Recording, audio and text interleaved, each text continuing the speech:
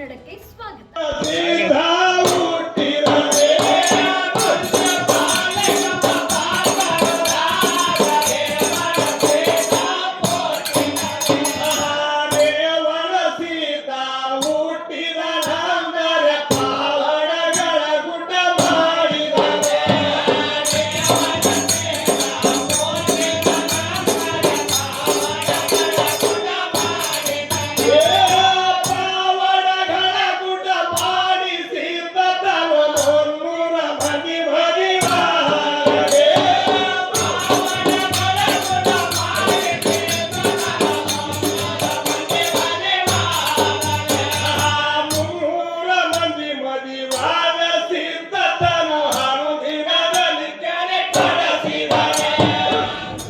ಒಳ್ಳೆ ಕಾರ್ಯ.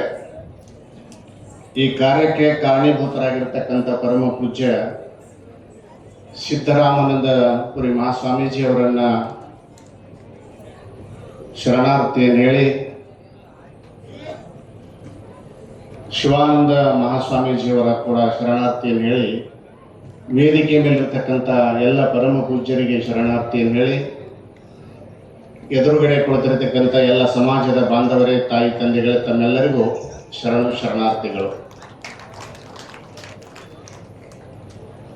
3 ದಿನದ ಪರ್ಯಂತರವಾಗಿ ನಡೆದಿರ್ತಕ್ಕಂಥ ಕಾರ್ಯಕ್ರಮ ಒಳ್ಳೆ ವೈಭವವಾಗಿರ್ತಕ್ಕಂಥದ್ದು. ಇಂಥ ಕಾರ್ಯಕ್ರಮಗಳನ್ನು ಯಾಕೆ ಆಗಬೇಕು ಅಂತಂದ್ರ, ಸಮಾಜದೊಳಗ ನಾವು ನೋಡದೇ ಇರತಕ್ಕಂಥ ಹಲವು ಕಾರ್ಯಗಳದಾವ, ಹಲವು ಕಾರ್ಯಕ್ರಮಗಳದಾವ. ಇದು ಸಮಾಜ ಪರಿವರ್ತನೆ ಕಾರ್ಯಕ್ರಮ. ವರ್ಷಿಗೊಮ್ಮೆ ನಡೆಯುವಂತ ಈ ಕಾರ್ಯಕ್ರಮ ಏನದಪ್ಪ ಅಂತ ಕೇಳಿದ್ರ, ಸಮಾಜ ಪರಿವರ್ತನೆ ಕಾರ್ಯಕ್ರಮ. ಒಂದು ಚಾರ್ಜ್ ಆಗುವಂತೆ. ಯಾಕಂತಂದ್ರೆ ನಮ್ಮ ಮೂಲ ಸಂಸ್ಕೃತಿಯನ್ನೇ ನಾವು ಮರೆತು ಬಿಟ್ಟಿದ್ದೇವೆ. ನಮ್ಮ ಸಂಸ್ಕೃತಿಯನ್ನ ಬ್ಯಾರೆದವರು ತಗೊಂಡು ಅದನ್ನ ಯಾವ ರೀತಿಯಲ್ಲೂ ಬಳಕೆ ಮಾಡ್ಕೊಂಡು ಹೊರಟು ಬಿಟ್ಟಿದ್ದಾರೆ.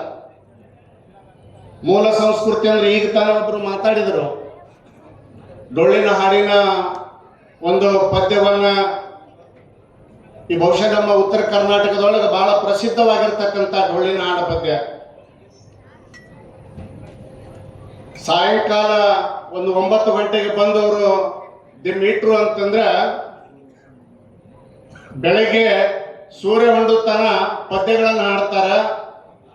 ಅಮೋಘ ಸಿದ್ಧನ ಒಂದು ಗಾಯನ ಸಂಘ ಆಗಿರ್ಬೋದು, ಇವತ್ತ ಬೀರದೇವರ ಒಂದು ಗಾಯನ ಸಂಘ ಆಗಿರ್ಬೋದು, ಅವರು ಯಾವ ರೀತಿ ಅದನ್ನ ಪದ್ಯಗಳನ್ನು ಹಾಡ್ತಾರ ಅಂತ ಕೇಳಿದ್ರ, ಇಡೀ ಅವರ ಜೀವನ ಚರಿತ್ರವನ್ನೇ ಅಲ್ಲಿ ಹಾಡುವಂತ ಒಂದು ಹಾಡಿನ ರೂಪದಲ್ಲಿ ಹೇಳುವಂತ ಒಂದು ಕಾಯಕವನ್ನು ಮಾಡ್ತಾ ಇದ್ದಾರೆ. ಅದನ್ನ ಇವತ್ತು ಗ್ರಂಥ ರೂಪದಲ್ಲಿ ಬಂದಿದೆ. ಅಂತ ಒಂದು ಕಾರ್ಯಕ್ರಮವನ್ನು ನಾವು ಉಳಿಸಿಕೊಂಡು ಹೋಗಬೇಕಾಗಿದೆ. ಬಹುಶಃ ನಮ್ಮ ಮೂಲ ಸಂಸ್ಕೃತಿಗಳನ್ನ ಬಹಳಷ್ಟು ನಮ್ಮ ಅಮೋಘ ಸಿದ್ಧರು, ರೇವಣ ಸಿದ್ಧರು, ಬೀರದೇವರು ಇವರೆಲ್ಲರೂ ಮಾಡಿಕೊಂಡೇ ಬಂದಿದ್ದಾರೆ. ಭಕ್ತರ ಉದ್ಧಾರ ಕಾರ್ಯವನ್ನ ಅವತ್ತಿನಿಂದ ಇವತ್ತಿನವರೆಗೂ ಮಾಡ್ತಾ ಇದ್ದಾರೆ. ಅಮೋಘ ಸಿದ್ಧ ಈ ಕಲಿಯುಗಕ್ಕ ದ್ವಾಪರಯುಗ ಅಂತ್ಯ, ಕಲಿಯುಗ ಪ್ರಾರಂಭ ಅಂತ ಏನಂತೇವಲ್ಲ, ಅವಾಗ ಇಲ್ಲಿ ಬಂದಾಗ ಅವರ ವಂಶ ಬೆಳವಣಿಗೆ, ಪದ್ಮಾವತಿ ಜೊತೆಗೆ ಅವರ ಮದುವೆ ಆದಾಗ 4 ಜನ ಮಕ್ಕಳು. ಅವರಿಗೆ ಕೂಡ ಹೇಳ್ತಾರೆ ಅವರು, ನೀವು ಇಲ್ಲೇ ಇರ್ಲಿಕ್ಕೆ ಸಾಧ್ಯ ಇಲ್ಲ, ನೀವು ಭಕ್ತರ ಉದ್ಧಾರ ಕಾರ್ಯವನ್ನ ಮಾಡ್ಲಿಕ್ಕ ಒಂದೊಂದು ಊರಿಗೆ ನೀವು ಹೋಗ್ಬೇಕು ಅಂತ ಹೇಳಿ ಆಜ್ಞೆ ಮಾಡ್ತಾರ ಅವರು. ಆ 4 ಮಂದಿ ಹೊಟ್ಟಿಲೆ 21 ಮಂದಿ ಮಕ್ಕಳು ಹುಟ್ಟಿದಾಗ ಅವರಿಗೆ ಕೂಡ ಕರೆದು ಹೇಳ್ತಾರೆ, ನೀವು ಕೂಡ ಭಕ್ತರ ಆಗು ಹೋಗುಗಳನ್ನ, ಭಕ್ತರ ಕಾರ್ಯಗಳನ್ನ ನೀವು ಮಾಡಲೇಬೇಕು ಅಂತ ಹೇಳಿ, ದೇಶ ಸಂಚಾರ ಮಾಡಬೇಕು ಅಂತ ಹೇಳಿ ಆಜ್ಞೆ ಮಾಡ್ತಾರೆ. ಆ 21 ಜನ 101 ಜನ ಮಕ್ಕಳು ಹುಡ್ತಾರೆ. ಅವರು ಕೂಡ ಧರ್ಮದ ಕಾರ್ಯವನ್ನೇ ಮಾಡ್ತಾರ. 1700 ಹೀಗೆ ಇವತ್ತ ನಮ್ಮಲ್ಲಿ ಇರುವಂತಹ ಒಂದು ವೈಶಿಷ್ಟ್ಯ ಏನದಂತ 2000ಕ್ಕಿಂತ ಹೆಚ್ಚು ಮಠಗಳದಾವ. ಅಮೋಘ ಸಿದ್ಧನ ಪರಂಪರೆಯೊಳಗ 2,000ಕ್ಕಿಂತಲೂ ಹೆಚ್ಚು ಮಠಗಳದಾವ. ಆ ಮಠಗಳ ಯಾವ ಕೆಲಸ ಮಾಡ್ತಾವ ಅಂತ ಕೇಳಿದರೆ ಎಲ್ಲ ಭಕ್ತರ ಉದ್ಧಾರ ಕಾರ್ಯಗಳನ್ನೇ ಮಾಡ್ತಾ ಇದ್ದಾವೆ. ಭಕ್ತರ ಉದ್ಧಾರ ಕಾರ್ಯಗಳನ್ನ ಇವತ್ತಿಗೂ ಜಾತ್ಯಾತೀತವಾಗಿ ಭಕ್ತರು ಆ ಭಕ್ತರ ಕಾರ್ಯಗಳನ್ನು ಮಾಡುವಂತ ಮಠಗಳು ಸಾಕಷ್ಟು ಉತ್ತರ ಕರ್ನಾಟಕದೊಳಗ ಊರೂರಿಗೆ ಅದಾವ. ಅಂತ ಕಾರ್ಯಗಳ ಮಾಡುವ ಸಂದರ್ಭದಲ್ಲಿ ನಾವು ಅಮೋಘ ಸಿದ್ಧನ ವೈಭವ ಮತ್ತು ಬೀರದೇವರ ವೈಭವಗಳನ್ನ ಭಕ್ತರಿಗೆ ಕೊಡುವಂತ ಒಳ್ಳೆ ಸಂದೇಶವನ್ನು ಮಾಡಬೇಕು. ನಾವು ಇವತ್ತು ನಮ್ಮ ಎದುರಿಗೆ ಕುಳಿತಿರತಕ್ಕಂಥ ಪೂಜಾರಿಗಳದಾರ, ಬೀರದೇವರ ಪೂಜಾರಿಗಳು ಹೆಗಲಿಗೆ ಹಾಕುವಂತ ಜಾಡಿ, ಅದು ಕಂಬಳಿ ಅಲ್ಲದು. ನಮ್ಮ ಸಂಸ್ಕೃತಿಯನ್ನು ನಾವು ಸ್ವಲ್ಪ ಇನ್ನೊಂದಿಷ್ಟು ವೈಭವಕರಣವಾಗಿ ಹೇಳಬೇಕದು. ಅದು ಜಾಡಿ ಹೇಳ್ಕೊಂಡು ಬಂದ್ರು, ಮಳಿ ಕರೀತಾರ, ಮಳಿ ಇಲ್ಲದಾಗ ಆ ದೇವರ ನಾಮಸ್ಮರಣೆಯನ್ನ ಮಾಡಿ ಮಳಿ ಕರೆದ್ರೆ ಮಳಿ ಬರ್ತದ ಅನ್ನುವಂತ ಶಕ್ತಿ ಅದರೊಳಗದ. ಅದನ್ನ ನಾವು ಪಾಲಿಸ್ಕೊಂಡು ಹೋಗ್ಬೇಕಾಗ್ಯದ. ಅಮೋಘ ಸಿದ್ಧನ ಪರಂಪರೆ ಒಳಗ ಜಾಡಿ ಅದಾವ. ಆ ಜಾಡಿಯನ್ನ ಯಾವ ರೀತಿ ಬಳಕೆ ಮಾಡ್ಬೇಕು, ಜಾಡಿಯನ್ನ ನಾವು ಯಾವ ರೀತಿ ಬಳಕೆ ಮಾಡಬೇಕಾಗ್ಯದ ಅನ್ನೋದಂತದ ಅದು ಕೂಡ ಮುಂದಿನ ದಿನಮಾನದೊಳಗೆ ನಮ್ಮ ಸ್ವಾಮೀಜಿಯವರು ಯಾವ ರೀತಿ ಜಾಡಿಗಳದಾವ. ಅಮೋಘ ಸಿದ್ಧನ ಜಾಡಿನೇ ಬೇರೆ ಅದ, ರೇವಣ ಸಿದ್ಧನ ಜಾಡಿನೇ ಬೇರೆ ಅದ, ಬೀರದೇವರ ಜಾಡಿನೇ ಬೇರೆ ಅದಲ್ಲ. ಅದು ನಮ್ಮ ಜನರಿಗೆ ಗೊತ್ತಿಲ್ಲ. ಅದು ಗೊತ್ತು ಮಾಡುವಂತ ಒಂದು ಇಲ್ಲಿ ಕಾರ್ಯಕ್ರಮವನ್ನು ಕೂಡ ನಡೆಯುವಂತ ಒಂದು ಸಂದರ್ಭ ಆಗಬೇಕು ಅಂತೇಳಿ ನಾವು ಸ್ವಾಮೀಜಿಗೆ ಅದು ಜಾಡಿ ಅಂದ ಕೂಡಲೇ ಕರೀದು, ಕಂಬಳಿ ಅಂದ ಕೂಡಲೇ ಕರೀದು ಅಂತೇಳಿ ತಿಳ್ಕೊಂಡು ಬಿಟ್ಟಿದ್ದೇವೆ ನಾವು. ಅಂದ್ರೆ ಇವತ್ತ ರಾಜಕಾರಣಿಗಳು ಬಂದ್ರು ಅಂತಂದ್ರೂ ಕೂಡ ಅದನ್ನೇ ಹಚ್ಚಲಿಕ್ಕತ್ತಿದ್ದೇವೆ ನಾವು. ಅದು ತಪ್ಪು ಕೆಲಸ, ಅದು ಬಹುಶಃ ಆಗಬಾರದು. ಯಾಕಂತ ಕೇಳಿದ್ರೆ ನಮ್ಮ ಸಿದ್ಧರ ಹೆಗಲ ಮೇಗಿರ್ತಕ್ಕಂಥ ಜಾಡಿಯನ್ನು ನಾವು ಕಂಬಳಿ ರೂಪದಲ್ಲಿ ಏನುಗಳಂತ ಏನದಾವಲ್ಲ, ಅವು ಪಟ್ಟಿ ಅವು ಏನದಾವಲ್ಲ, ಆ ಪಟ್ಟಿಗಳು ಇರದೇ ಇರತಕ್ಕಂಥ ಕಂಬಳಿಗಳನ್ನ ರಾಜಕಾರಣಿಗಳಿಗೆ ನಾವು ಇವತ್ತ ಸನ್ಮಾನಗಳನ್ನು ಮಾಡಬಹುದು. ನಾವಿವತ್ತು ಏನು ಮಾಡ್ಲಿಕ್ಕತ್ತಿದ್ದೀವಿ ಅಂತ ಕೇಳಿದ್ರೆ ಯಾವ ದೇವರ ಕಂಬಳಿಗಳನ್ನ, ಯಾವ ದೇವರ ಜಾಡಿಗಳನ್ನ ಕಂಬಳಿ ಅಂದ ಕೂಡಲೇ ಇದು ಕುರಿ ಉಣ್ಣಿದೆ ಅಂತ ತಿಳ್ಕೊಳ್ಳೋದು, ಅದು ಎಲ್ಲಾ ಕೂಡ ಒಂದೇ ಅಂತ ಹೇಳಿ ಮಿಕ್ಸ್ ಮಾಡ್ಲಕತ್ತಿದ್ದೀವಿ ನಾವು. ಅದಕ್ಕೊಂದು ನಮ್ಮ ಹಿರಿಯರು ಕರೀತಾರೆ, ಹಿಟ್ಟ ಬೂದಿ ಸೌಂಡ್ ಮಾಡಿಬಿಟ್ಟಾರಪ್ಪ ಅಂತ ಹೇಳಿ. ಜಾಡಿಯಲ್ಲಿ ಇರ್ತಕ್ಕಂಥ ಅತಿ ಮಹತ್ವವಾಗಿರ್ತಕ್ಕಂಥ ವಿಷಯ, ಯಾವ ದೇವರಿಗೆ ಎಷ್ಟು ಏಣಿನ ಜಾಡಿ ಅದ, ಯಾವ ದೇವರಿಗೆ ಎಷ್ಟು ಏಣಿನ ಜಾಡಿ ಅದ ಅನ್ನುವಂತ ಮುಂದಿನ ದಿನಮಾನ ಬಹುಶಃ ಸ್ವಾಮೀಜಿಯವರು ಹೇಳಿದ್ರಿ, ಈಗ ಇದು ನಡೆದು ಹೋಗಿದೆ ಇಲ್ಲಿ ಕಾರ್ಯಕ್ರಮ ಅಂತ ಹೇಳಿ. ಮುಂದಿನ ದಿನಮಾನದೊಳಗೆ ಆ ಜಾಡಿಗಳು ಇಲ್ಲಿ ಆ ಜಾಡಿಗಳನ್ನೇ 5 ಜನ ಆ ಜಾಡಿಗಳು ಹಾಕೊಂಡು ಬರ್ಲಿ. ಅಮೋಘ ಸಿದ್ಧನ ಒಡೆಯರುಗಳೊಂದು 5 ಜನ, ರೇವಣ ಸಿದ್ಧನ ಒಡೆಯರುಗಳೊಂದು 5 ಜನ, ಬೀರಪ್ಪನ ಪೂಜಾರಿಗಳು ಅವರೊಂದು 5 ಜನ ಇಲ್ಲಿ ಹಾಕೊಂಡು ನಿಂತರು ಅಂತಂದ್ರ ಯಾವ ಜಾಡಿ ಮೇಲೆ ಎಷ್ಟು ಪಟ್ಟಿ ಅದಾವ, ಎಷ್ಟು ಅದು ಏನದ ನೇಮಗಳದಾವಲ್ಲ, ಅದನ್ನ ಪರಿಪೂರ್ಣವಾಗಿ ಅದು ನಮ್ಮ ಪೂಜಾರಿಗಳೇ ಹೇಳ್ತಾರ. ಅದು ಬಹಳ ಶಕ್ತಿ ಅದ ಅದರಲ್ಲಿ. ನಾವ್ಯಾರು ಹೇಳಕ ಸಾಧ್ಯ ಇಲ್ಲ, ಅದು ನಾವು ತಿಳ್ಕೊಂಡಿದ್ದೇವು. ಹಂಗ ಅದು ಕಂಬಳಿ ಜಾಡಿ ಅಂತೇಳಿ ತಿಳ್ಕೊಂಡಿದ್ದೇವಲ್ಲ. ನಾವು ದಯವಿಟ್ಟು ಹೇಳ್ತಾ ಇದ್ದೀನಿ, ಅದರಲ್ಲಿ ಇರತಕ್ಕಂಥ ಮಹತ್ವಗಳನ್ನ, ಭಂಡಾರದಲ್ಲಿ ಇರ್ತಕ್ಕಂಥ ಮಹತ್ವಗಳನ್ನ ನಮ್ಮ ಜನರಿಗೆ ನಾವು ಇವತ್ತು ಬಹುಶಃ ಪಲ್ಲಕ್ಕಿ ಮ್ಯಾಗ ನಾವು ಹಾರಿಸುವಂತ ಭಂಡಾರ ಕ್ವಿಂಟೋಲ್ ಗಟ್ಲೆ ಅದು ಪವಿತ್ರತೆ ಎಷ್ಟದ ನಾವೇ ಮಾಡ್ಲಕತ್ತಿದ್ದೇವೆ. ಅದು ನಾವೇ ಅದರ ಪವಿತ್ರತೆ ಹೇಳ್ತೇವೋ, ನಾವೇ ಅದನ್ನು ಕುರಿತು ಹಾಳು ಮಾಡ್ಲಕತ್ತಿದ್ದೇವೆ. ಅದರ ಪವಿತ್ರತೆಯನ್ನು ಕಾಪಾಡಿಕೊಳ್ಳುವಂತ ಶಕ್ತಿ ನಿಮ್ಮಲ್ಲಿ ಎಲ್ಲರಲ್ಲಿ ಅದ. ನಾನು ಒಬ್ಬನೇ ಮಾಡಿದಲ್ಲ, ಸ್ವಾಮೀಜಿಯವರು ಒಬ್ಬನೇ ಮಾಡೋದಲ್ಲ. ಎಲ್ಲಾ ಪೂಜಾರಿಗಳು, ಎಲ್ಲ ಒಡೆಯರು ಎಲ್ಲರೂ ಮಾಡಬೇಕಾದ ಕರ್ತವ್ಯ ಅದು. ಯಾಕಂದ್ರೆ ನಮ್ಮ ದೇವರುಗಳಷ್ಟು ಸಾಮಾನ್ಯ ಅಲ್ಲ.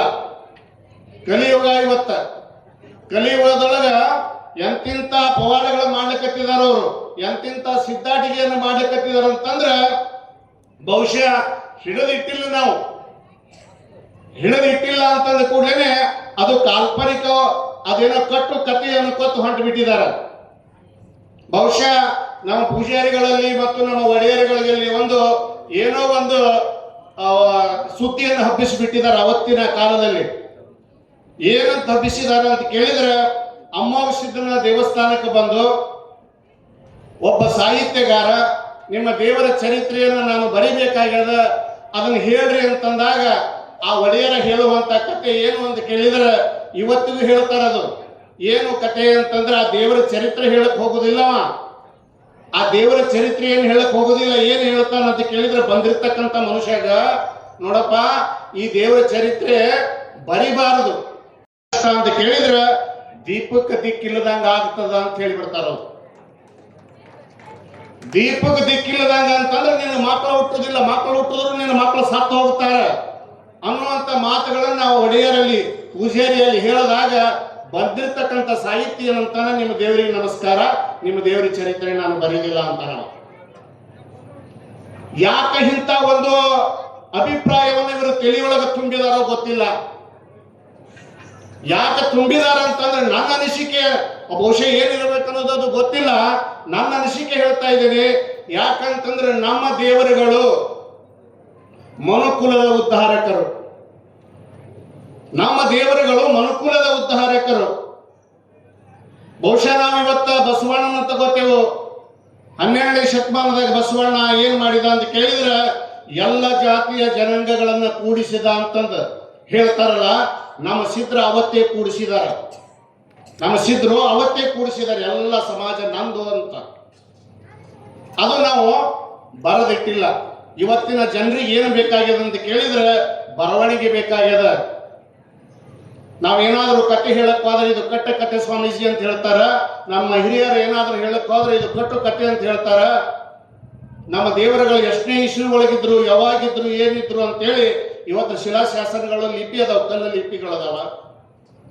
ಬಹುಶಃ ಸ್ವಾಮೀಜಿ ಅವರಿಗೆ ನನ್ನ ಕೃತಜ್ಞತೆ ಏನು ಅಂತ ಕೇಳಿದ್ರೆ ಪ್ರತಿ ವರ್ಷವೂ ನಮ್ಮ ಸಮಾಜದ ಬದಲವಾಗಿ ಬಹಳಷ್ಟು ಕಾಳಜಿ ಮಾಡ್ತಾರೆ. ಇವತ್ತು ನೋಡು, ಮೈಸೂರು ಜಿಲ್ಲೆಯವರು ಚಾಮರಾಜನಗರದ ಒಂದು ಯಾರು ಜೇನ ಕುರುಬರು, ನಾವು ಅಲ್ಲಿ ಹೋಗಿ ನೋಡ್ಲಿಕ್ಕೆ ಆಗ್ತಿರ್ಲಿಲ್ಲ. ಅವರು ಜೇನ ಕುರುಬರು, ಕಾಡ ಕುರುಬರು, ಅನೇಕ ಸಮಾಜ ನಮೂನೆ ಅದಾವ. ಆದ್ರೆ ಅವರಿಗೆ ನಮಗೆ ದರ್ಶನ ಇಲ್ಲ. ನಾವು ಯಾರು ನೀವ್ಯಾರು ಅನ್ನುವಂತ ಒಂದು ಸಂದರ್ಭದಲ್ಲಿ ನಾವು ನೀವು ಎಲ್ಲರೂ ಒಂದೇ ಅನ್ನುವಂಥ ಕಾರ್ಯಕ್ರಮಗಳನ್ನು ಏನು ಸ್ವಾಮೀಜಿಯವರು ಕೂಡಿಸಿ ನಮಗೆಲ್ಲರಿಗೂ ಒಂದೇ ತಾಯಿ ಮಕ್ಕಳದೇವು, ನಾವೆಲ್ಲರೂ ಒಂದೇ ದೇವು. ನಮ್ಮ ಅಮೋಘ ಸಿದ್ಧರ ಚರಿತ್ರೆ ಇರಬಹುದು, ರೇವಣ ಸಿದ್ಧರ ಚರಿತ್ರೆ ಇರಬಹುದು, ಬೀರಲಿಂಗರ ಚರಿತ್ರೆ ಇರಬಹುದು. ಇದು ಎಲ್ಲ ನಮ್ಮ ಚರಿತ್ರೆ, ಇದು ನಮ್ಮದು ಅನ್ನುವಂಥ ಅಭಿಮಾನವನ್ನು ನಮ್ಮೆಲ್ಲರಲ್ಲಿ ಬರಬೇಕು ಅನ್ನುವಂಥ ಒಂದು ಕಾರ್ಯಕ್ರಮವನ್ನು ಸ್ವಾಮೀಜಿ ಪ್ರತಿ ವರ್ಷ ಇಟ್ಕೋತಾ ಇದ್ದಾರಲ್ಲ, ಅವರಿಗೆ ತುಂಬಾ ಧನ್ಯವಾದಗಳನ್ನು ಹೇಳ್ತಾ ನನ್ನ ಕಾರ್ಯಕ್ರಮ ಮುಗಿಸ್ತಾ ಇದ್ರೆ ಸರ್ವರಿಗೂ ಶರಣಾರ್ಥಿ. ರೇವಣ ಸಿದ್ಧವರ್ಯ, ಹಾಲುಮತೋದ್ಧಾರಕ ಜಗದ್ಗುರು ಶ್ರೀ ರೇವಣ ಸಿದ್ಧರನ್ನ, ಭಗವಂತ ಬೀರದೇವರನ್ನ, ಮಹಿಮಾಂತ ಪುರುಷ ಮಾಳಿಂಗೇಶ್ವರರನ್ನ, ಅಮೋಘ ಸಿದ್ಧರನ್ನ, ಮರುಳ ಸಿದ್ಧರನ್ನ, ಬಸವಾದಿ ಶಿವಶರಣರನ್ನ, ಮಹಾತ್ಮ ಸಂತ ಕನಕದಾಸರನ್ನ ಋನ್ಮಂದಿರದಲ್ಲಿ ಧ್ಯಾನಿಸಿ ಪ್ರತಿ ವರ್ಷ ಪದ್ಧತಿಯ ಹಾಗೆ ಈ ವರ್ಷ ವಿಶೇಷವಾಗಿರುವಂತಹ ಹಾಲುಮತ ಸಾಹಿತ್ಯ ಸಮ್ಮೇಳನ ಸಮಾರಂಭ ಮತ್ತು ಹಾಲುಮತ ಪೂಜಾರಿಗಳ ತರಬೇತಿ ಶಿಬಿರ ಸಮಾರಂಭ, 10 ಹಲವಾರು ಸಮಾರಂಭವನ್ನ ಶ್ರೀ ಕಾಗಿನೆಲೆ ಮಹಾಸಂಸ್ಥಾನ ಕನಕ ಗುರುಪೀಠ ಕಲಬುರಗಿ ವಿಭಾಗ ತಿಂತಿನಿ ಬ್ರಿಡ್ಜಿನ ಪರಮಪೂಜ್ಯರಾಗಿರುವಂತಹ ಶ್ರೀ ಶ್ರೀ ಸಿದ್ದರಾಮಾನಂದಪುರಿ ಮಹಾಸ್ವಾಮೀಜಿಯವರ ದಿವ್ಯ ಸಾನ್ನಿಧ್ಯದಲ್ಲಿ ಈ ಕಾರ್ಯಕ್ರಮ ಜರುಗ್ತಾ ಇದೆ. ಪರಮಪೂಜ್ಯರಲ್ಲಿ ಈ ಕಾರ್ಯಕ್ರಮದ ದಿವ್ಯ ಸಾನ್ನಿಧ್ಯವನ್ನು ವಹಿಸಿಕೊಂಡಿರುವಂತಹ ಕಾಗಿನೆಲೆ ಮಹಾಸಂಸ್ಥಾನ ಕನಕ ಗುರುಪೀಠದ ಮೈಸೂರು ವಿಭಾಗದ ಪರಮಪೂಜ್ಯರಾಗಿರುವಂತಹ ಶ್ರೀ ಶಿವಾನಂದ ಪುರಿ ಮಹಾಸ್ವಾಮೀಜಿಯವರ ಶ್ರೀಚರಣಾರವಿಂದಕ್ಕೆ ನಮಸ್ಕರಿಸಿ, ವೇದಿಕೆ ಮೇಲಿರುವಂತಹ ಎಲ್ಲ ಅತಿಥಿ ಮಹೋದಯರಲ್ಲಿ, ಸಾಹಿತಿಗಳವರಲ್ಲಿ, ಭಾಗವಹಿಸಿರುವಂತಹ ಎಲ್ಲ ಪಟ್ಟದ ಪೂಜಾರತ್ನವರಲ್ಲಿ, ಭಾಗವಹಿಸಿರುವಂತಹ ಸಮಸ್ತ ಸದ್ಭಕ್ತರಿಗೆ ನನ್ನ ಅನಂತ ಶರಣಾರ್ಥಿಗಳು. ಬಹುತೇಕವಾಗಿ ಬಹಳ ಸುಂದರವಾಗಿರುವಂತಹ ವಿಚಾರಗೋಷ್ಠಿ ಇವತ್ತಿನ ದಿನ ಈ ಕಾರ್ಯಕ್ರಮದಲ್ಲಿ ನಾವು ನೀವೆಲ್ಲರೂ ಕೇಳ್ತಾ ಬಂದಿದ್ದೇವೆ. ಬಹಳ ಅದ್ಭುತವಾಗಿರುವಂತಹ ಕೆಲವು ಸಾಹಿತಿಗಳು ಮಾತುಗಳನ್ನ ಕೇಳಿದಾಗ ನಮ್ಮ ಪರಂಪರೆ ನಮ್ಮದೇ ಆದಂತಹ ಅದ್ಭುತವಾಗಿರುವಂತ ಶಕ್ತಿಯನ್ನು ಹೊಂದಿ ನಡೀತಾ ಇದೆ ಅನ್ನುವಂಥದ್ದನ್ನ ನಾವು ಕಣ್ಣಾರೆ ಇವತ್ತ ಸಾಹಿತ್ಯ ಎಲ್ಲ ಸಾಹಿತಿಗಳು ಮಾತನಾಡುತ್ತಾ ಹೇಳುವಾಗ ಬಹಳ ಖುಷಿ ಬಂತು. ಇತ್ತಿತ್ತಲಾಗ ನಮ್ಮ ಪರಂಪರೆಗಳನ್ನ ನಮ್ಮವರೇ ಕೆಲವೊಂದು ಮುಚ್ಚಾಕುವಂತ ವ್ಯವಸ್ಥೆ ನಿರ್ಮಾಣ ಆಗ್ತಾ ಇದೆ. ಬಹಳ ವಿಚಿತ್ರವಾಗಿ ವರ್ತನೆಗಳಾಗ್ತಾ ಇದ್ದಾವೆ. ಇದ್ದ ಪರಂಪರೆಯನ್ನು ನಾಶ ಮಾಡುವಂತ ವ್ಯವಸ್ಥೆಗಳು ನಿರ್ಮಾಣಗಳಾಗ್ತಾ ಇದ್ದಾವೆ. ಬಹಳ ನೋವಿನ ಸಂಗತಿಗಳು. ನಮ್ಮವರು ಭಂಡಾರ ಹಚ್ಚಬೇಕು, ನಾವು ಭಂಡಾರ ಹಚ್ಚಂಗಿಲ್ಲ. ನಮ್ಮವರು ನಮ್ಮದೇ ದೇವಸ್ಥಾನಗಳಿಗೆ ಹೋಗಿ ನಮಸ್ಕಾರ ಮಾಡಂಗಿಲ್ಲ.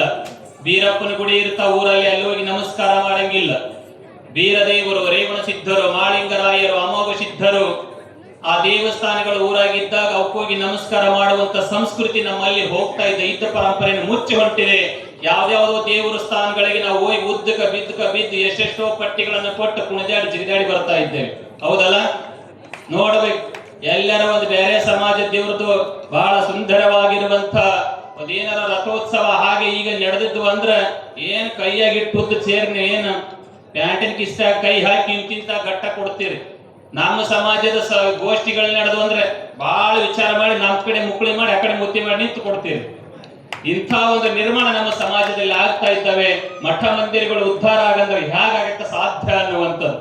ಮೊದಲನ್ನ ನಮ್ಮದನ್ನ ನಾವು ಕಾಯ್ಕೋಬೇಕು. ಸ್ಥಾನ ಭ್ರಷ್ಟಾನ ಶೋಭಂತೆ ದಂತಾಕೇಶ ನರಾನಕಾಹ ಇತಿ ವಿಜ್ಞಾಯ ಮತಿಮಾನ್ ಸ್ವಸ್ಥಾನಂ ನ ಪರಿತ್ಯಜೇತ್ ಅಂತ ಹೇಳ್ತಾರೆ. ಬಾಯಾಗ ಹಲ್ಲದ ಎಲ್ಲರ ಬಾಯಾಗ ಅದಾವಲ್ಲಪ್ಪ, ಆ ಹಲ್ಲು ಬಾಯಾಗಿದ್ರ ಚಂದ. ಹೌದಲ್ಲ? ಅದು ಕಿತ್ತಿ ಹೊರಗೆ ಬಂತಂದ್ರೆ ಇಟ್ಟು ದಿನ ಇದು ಗುಲಾಬ್ ಜಾಮೂನ್ ತಿಂದದ, ರೊಟ್ಟಿ ತಿಂದದ, ಹೋಳಿಗೆ ತಿಂದದ, ಅರೆ ಇದನ್ನ ಹೋಗಿಲ್ಲ ಅಂತ ಕಿಸ್ತ ಹಾಕೊಂಡು ಏನು ತಿರುಗಾಡ್ತೀರೇನ?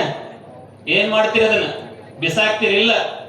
ಸ್ಥಾನ ಭ್ರಷ್ಟಾನ ಶೋಭಂತೆ ದಂತಾಹ ಕೇಶಾಹ ಅಂದ್ರ ಕೂದಲು. ತಲೆಯಲ್ಲಿರುವಾಗ ಸುಗಂಧದ ಎಣ್ಣೆ ಕೂದಲಿಗೆ, ಕತ್ತರಿಸಿ ಚೆಲ್ಲಿದಾಗ ಕತ್ತಿ ಕೂಡ ಮೋಸವಯ್ಯ.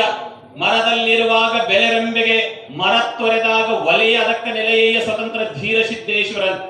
ತಲೆಯಾಗಿದ್ದಾಗ ಕೂದಲಿಕ್ಕೆ ಏನು ಬೇಕಾದ ಸುಗಂಧದ ಎಣ್ಣೆಗಳನ್ನ ಹಚ್ತೀರಿ. ಹೌದಲ್ಲ? ಅವು ಕಟ್ಟಿಂಗ್ ಅಂಗಡಿಗೆ ಹೋಗಿ ಕಟ್ ಮಾಡಿದ ಮೇಲೆ ಇಷ್ಟು ದಿನ ನನ್ನ ತಲೆ ಮೇಲೆ ಚಲೋ ಇದ್ದು ಅಂತ ಅದಕ್ಕೇನು ಎಣ್ಣೆಗಿಣ್ಣೆ ಹಚ್ತೀರೇನ? ಹಚ್ಚಂಗಿಲ್ಲ. ಹಾಗಾಗಿ ನಮ್ಮ ಸ್ಥಾನಮಾನಗಳನ್ನ ನಮ್ಮನ್ನ ನಾವು ಯಾವಾಗಲೂ ಗೌರವಿಸಬೇಕು. ನಮ್ಮ ಸ್ಥಾನಮಾನಗಳಿಗೆ ವಿಶೇಷವಾಗಿ ನಡ್ಕೊಳ್ಳೋದನ್ನು ಕಲಿಬೇಕು. ಅದರದ್ದೇ ಆದಂತ ಪರಂಪರೆ ಇದೆ.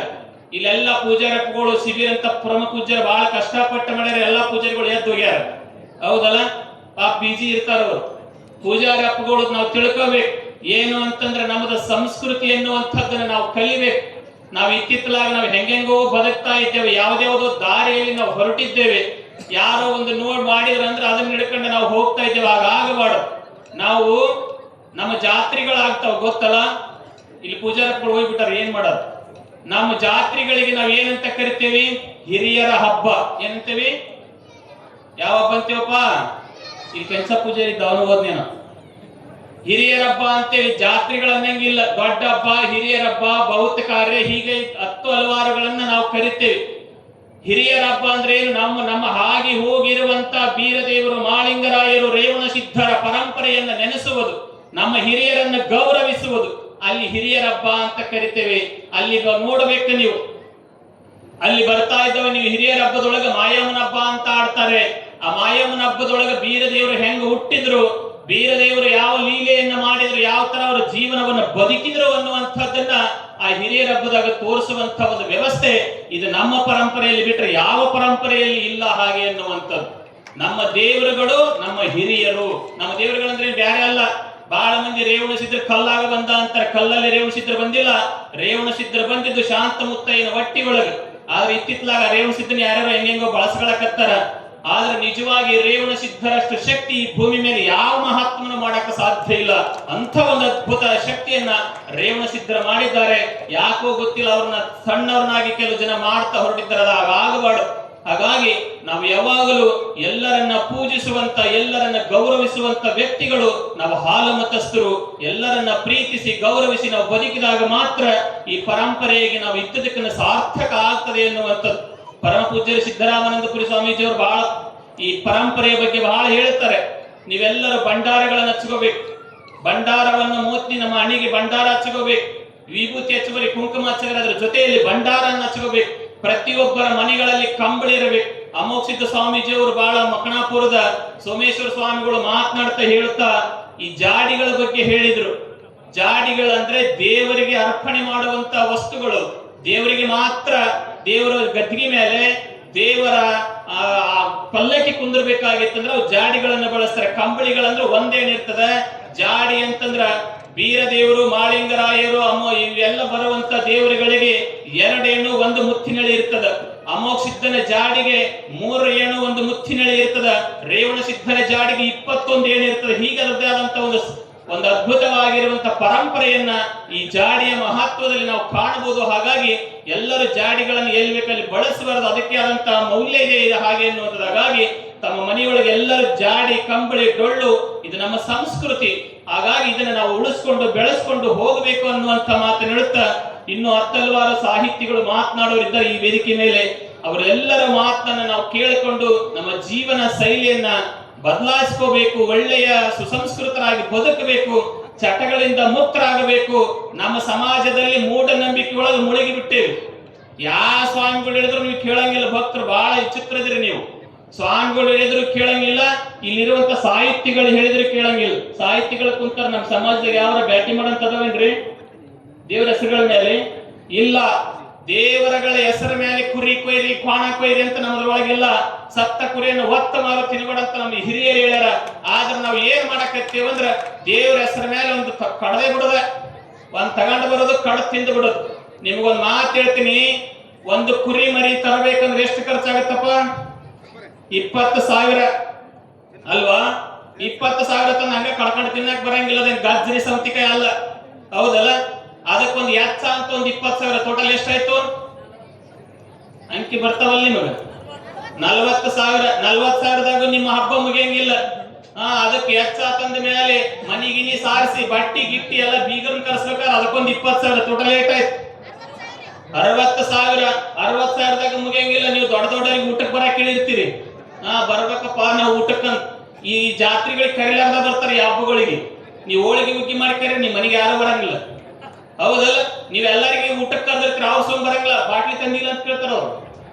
ಅದಕ್ಕೊಂದು 20,000. ಟೋಟಲ್ ಎಷ್ಟು? 80,000. 100 ಎಕರೆ ಇದ್ದವ್ರು ಒಬ್ಬರ ಕೈ ಎತ್ತರ ನಮ್ಮ ಸಮಾಜದಾಗ ಇಲ್ಲಿ 100 ಎಕರೆ ಜಮೀನ್ ಇದ್ದವ್ರು ಅದಾರ? ಇಲ್ಲ.